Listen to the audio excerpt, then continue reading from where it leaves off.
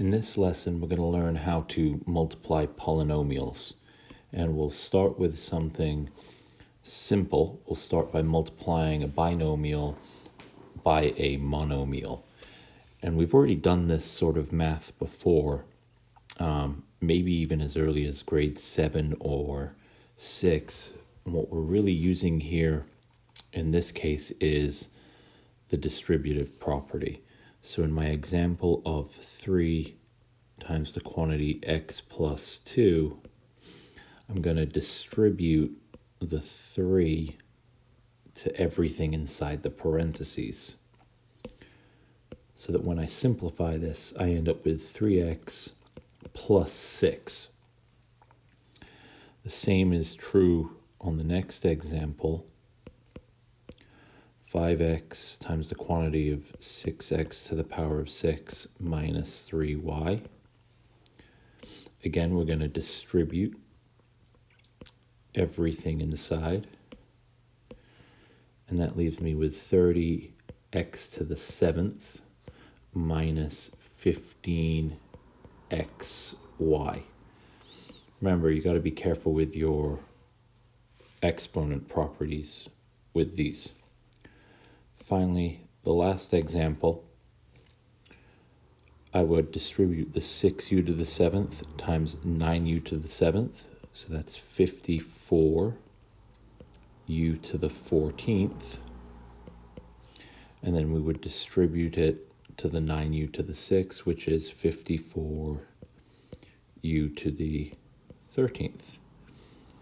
And that's our answer. So multiplying a monomial by a binomial, fairly straightforward. In our next example, we're going to learn how to multiply any types of polynomials. The first problem I have here is the quantity of x plus 5, and we're going to multiply that by the quantity of x plus 2. So I'm multiplying two binomials together. And the first strategy I'm going to show you is called FOIL, which stands for first, outer, inner, and last.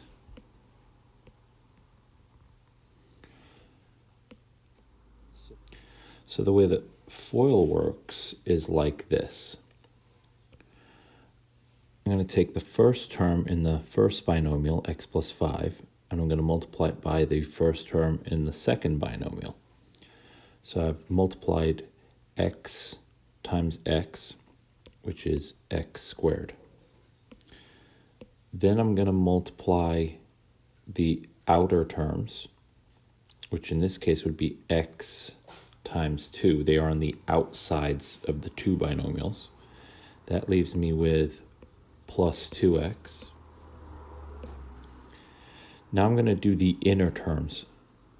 So that's looking at this 5 here and this x here, and I'm going to multiply those together. So that gives me plus 5x. And now I look at the last terms, which are the 5 and the 2, multiply those together, and I get 10. So now all I have to do is make sure it's simplified, and I can see here I can combine those like terms.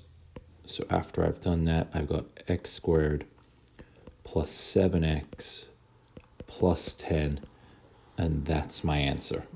That's the result of multiplying those two binomials together. My preference for multiplying more complex polynomials is to use something called the table method. I find it easier to work with than FOIL because I just personally don't like working horizontally like that. So here's how the table method works. I take one of my binomials or polynomials and I write it out on the top as such. And then I take the other polynomial and I write it out vertically like that. And then I just create a little table like that.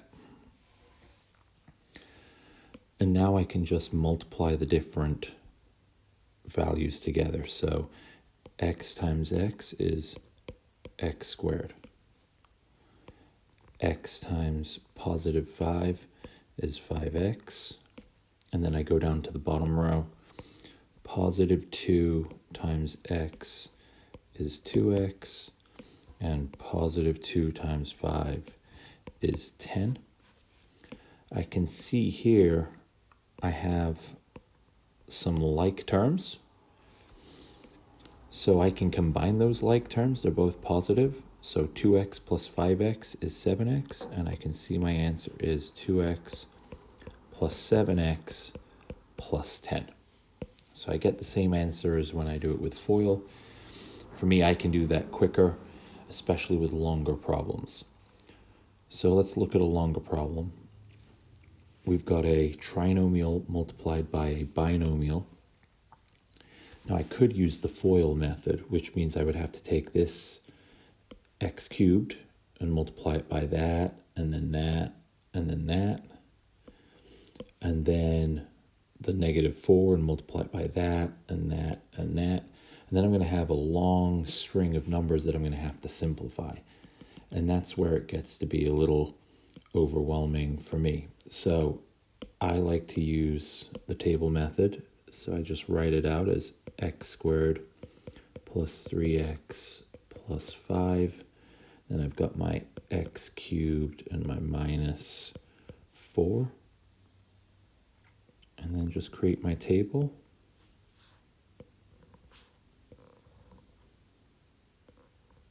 Like that. And then I can just go ahead and do what I did before. So x to the third times x squared is x to the fifth.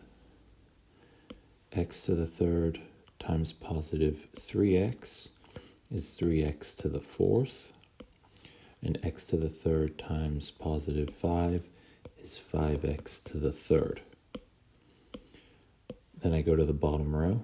-4 times x squared is -4x squared. Then -4 times 3x is -12x. And -4 times positive 5 is -20. I can see in the table there's no like terms.